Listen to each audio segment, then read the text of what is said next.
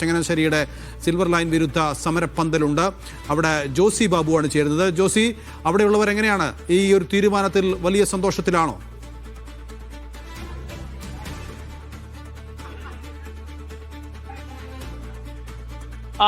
നൗഫൽ, കേരളത്തിൽ തന്നെ ഏറ്റവും ആദ്യം പ്രതിഷേധം പൊട്ടിപ്പുറപ്പെട്ട സ്ഥലമാണ് ചങ്ങനാശ്ശേരി മാടപ്പള്ളി പഞ്ചായത്തിലെ ഈ സമരസമിതിയുടെ പന്തൽ. അവിടെയാണ് ഞാനിപ്പോൾ നിൽക്കുന്നത്. അവിടെ സമരസമിതിയുടെ പന്തലിൽ അവർ എഴുതി വെച്ചിരിക്കുന്ന ഫ്ലെക്സിൽ തന്നെയുണ്ട് സിൽവർ ലൈൻ പദ്ധതി പിൻവലിച്ചു, ഉത്തരവിറക്കുക എന്നുള്ളതാണ് സിൽവർ ലൈൻ വിരുദ്ധ ജനകീയ സമിതിയുടെ പ്രധാനപ്പെട്ട ആവശ്യം. ഇപ്പോൾ ഈ ഉത്തരവ് വന്നതിന്റെ സർക്കാരിന്റെ പ്രഖ്യാപനം വന്നതിന്റെ സന്തോഷത്തിലാണ് ഇവിടെയുള്ള സമരസമിതി പ്രവർത്തകരും നേതാക്കളുമൊക്കെയും MLA അടക്കമുള്ളവർ എത്തിയിട്ടുണ്ട്.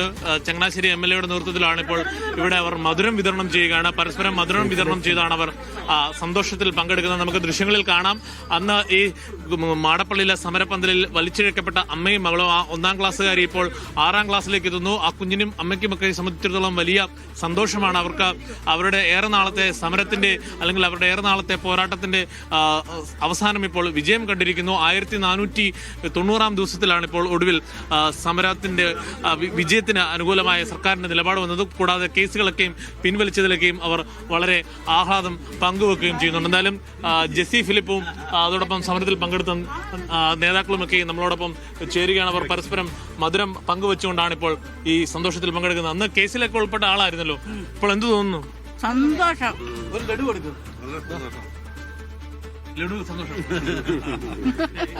അപ്പോളെ ഈ നിങ്ങളിപ്പോൾ ഈ സംസ്ഥാനത്ത് തന്നെ 1490 ദിവസങ്ങളായി ഈ സമരം മുന്നോട്ട് പോവുകയാണ്. മറ്റു പലയിടത്തും സമരം അവസാനിച്ചെങ്കിൽ ഈ ഉത്തരവ് പിൻവലിക്കും വരെ സമരം എന്നായിരുന്നു നിങ്ങളുടെ നിലപാട്. അത് ഒടുവിൽ വിജയം കണ്ടു അല്ലേ? വിജയം കണ്ടു. സന്തോഷമായി.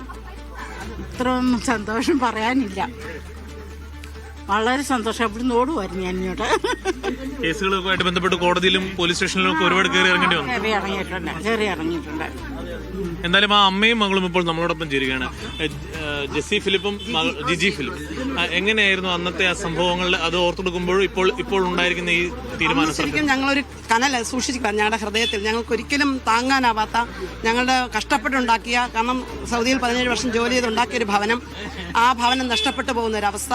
പിന്നെ ഞങ്ങളെ സാമ്പത്തികമായി ഞങ്ങൾ കടയിൽ കടയുണ്ടായിരുന്നു, ആ കട നശിച്ചു പോയി.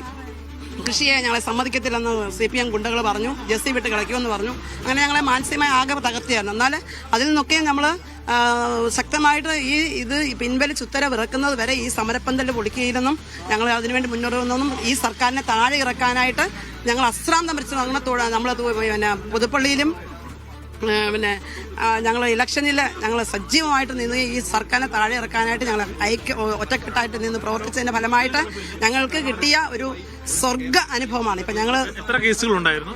കേസുകൾ ആദ്യം എന്നോട് കേസുകൾ 1 ഉണ്ടായിരുന്നെന്ന് പറഞ്ഞുള്ളൂ. പക്ഷേ എന്നെ ഇപ്പോൾ അത് നല്ല നടപ്പിന് വിട്ടിരിക്കുകയാണ്. നല്ല നടപ്പ്. ഞാൻ എന്ത് ചെയ്തു? എൻ്റെ വീടിൻ്റെ മുന്നിൽ ഇരുന്നു എന്നുള്ളൊരു കേസിൽ എനിക്ക് നല്ല നടപ്പും 3 മാസം എല്ലാ മാസവും ഞാൻ പോയി പ്രൊവിഷൻ ഓഫീസിൽ പോയി സൈൻ ചെയ്യണം. അത് 3 മാസം കഴിയുമ്പോൾ അവർ ഇങ്ങോട്ട് വന്ന് എന്നെ അതും ഇനിയിപ്പോൾ ഗ്രൂപ്പായിട്ട് 3-4 കേസുകളൂടെ ഉണ്ട്.